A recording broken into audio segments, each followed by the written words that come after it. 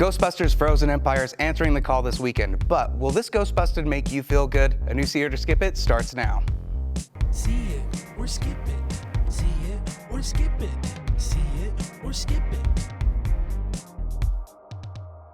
Welcome to another episode of See It or Skip It, a special episode because we're going to be talking about Ghostbusters Frozen Empire. This is the sequel to Ghostbusters Afterlife and the requel to the original two Ghostbusters movies. The Spengler family returns to where it all started, the iconic New York City firehouse, teaming up with the original Ghostbusters who've developed a top-secret research lab to take busting ghosts to the next level. But when the discovery of an ancient artifact unleashes a new evil force, Ghostbusters new and old must join forces to protect their home and save the world from a possible second ice age. Now, this isn't directed by Jason Reitman, the son of Ivan Reitman, who started all of this with the original Ghostbusters. This is actually directed by Gil Kenan, and returning is pretty much everybody that you've seen from original and new Ghostbusters, with a few exceptions. When Ghostbusters Afterlife came out, I think I had a fairly good time. I wasn't really sold on the ending, but for better or worse, it actually did a lot of legwork in rebooting this and giving the franchise lovers something that they could really enjoy and sink their teeth into. And with this, returning to New York, you're having nostalgia overload given to you through the beginning all the way to the end. I loved everything they had from the returning characters. I'm really excited that McKenna Grace was able to come back and that she's still the center of this story. I think her character is very smart. I think she really emulates what Egon Spengler was like, and there's just a lot to love about her in Ghostbusters Afterlife. You have a lot of returning ghosts as well. Some are done with practical effects. In fact, a lot of this film you could tell is using practical effects, puppetry, things like that I just love and really harkens back to the original Ghostbusters. If you're going into this film just looking to have fun, I think in the end you're gonna have a really good time.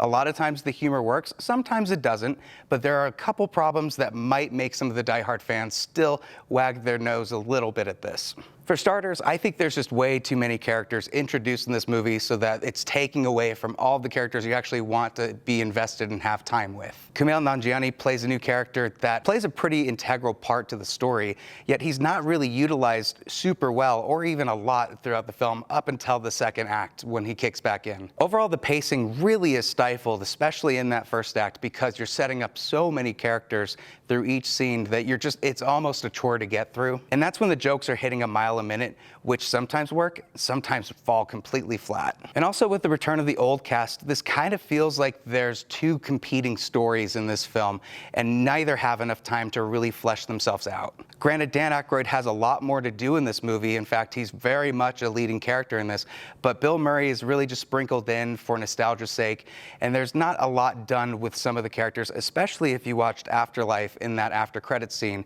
One particular character you would hope would be in this movie is nowhere to be seen. Almost all of Finn Wolfhard's scenes feel like they were done on a separate soundstage. He's not even really involved with the cast except for a number of moments. But overall, I think Ghostbusters New Empire does do what a lot of fans are expecting. Just coming in, having a fun time, having some fun practical effects, and some characters that you can care about. But if you're looking for more, you might be disappointed. For me, it's a see it, but I can understand if some people might want to skip this one.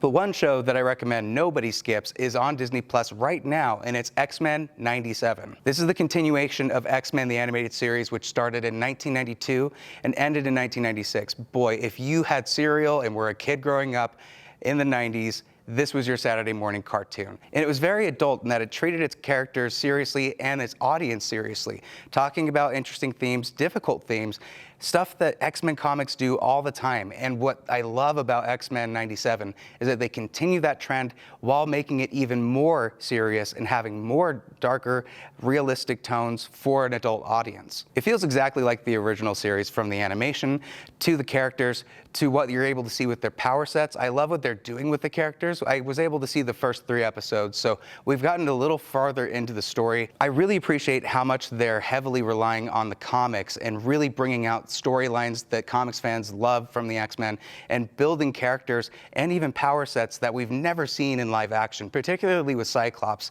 In my opinion, my boy James Marsden was completely underused in X-Men, and with this, we really see Cyclops be able to shine and do a lot more with his character. I have nothing bad to say about this. If you love animation, if you love the Marvel Studios films, and you're excited for them bringing back the X-Men, this is a must-watch, this is a required watch, and it's absolutely a see it.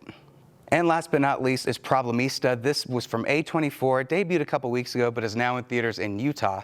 This is written and directed by Julio Torres, who stars as Alejandro, as an aspiring toy designer from El Salvador, who's struggling to bring his unusual ideas to life in New York. He's applying to jobs for toy makers and is just not getting anything. As time is running out for his work visa, a job assisting an erratic art world outcast becomes his only hope to stay in the country. And this outcast is played by Tilda Swinton. And if you've seen anything with Horrible Bosses, whether it be Office Space, whether it be The Devil Wears Prada, she is emulating those characters and really brings something really special to this film that I actually had a great time watching. First, I love how unique the comedy is, how quirky it is. It's very strange in the style of how they're doing all of the comedic moments. The dialogue is pretty funny, and how both characters, Julio Torres and Tilda Swinton, interact with each other is really good. I also love how they're bringing to life the struggles of immigration with people that have work visas, that are working in America, that are doing everything they can to survive, but if you lose a job, the risks of you getting deported are tenfold because that's basically what it's depending on, especially if it's a work visa.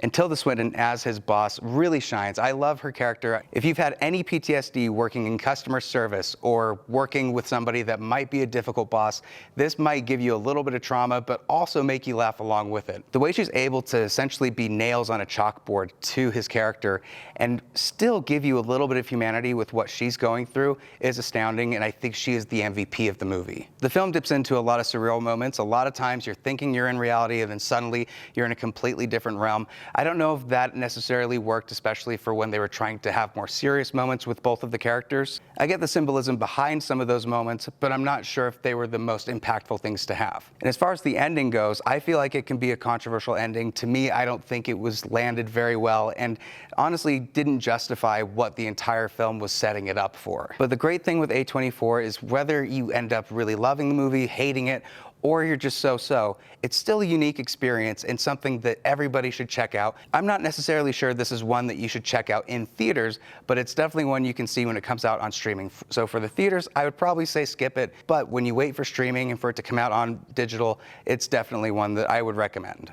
And that's all for this See It or Skip It. Make sure that you tune in Friday for another See It or Skip It, 2 in 1 week. We're going to be talking about Roadhouse, Immaculate, and Late Night with the Devil. Also, make sure that you go to abc4.com, click on the Shows tab, and click See It or Skip It to check out all our other reviews, interviews, and news. Once again, I'm Patrick Beatty. Thank you so much as always for watching, and I will see you at the next review.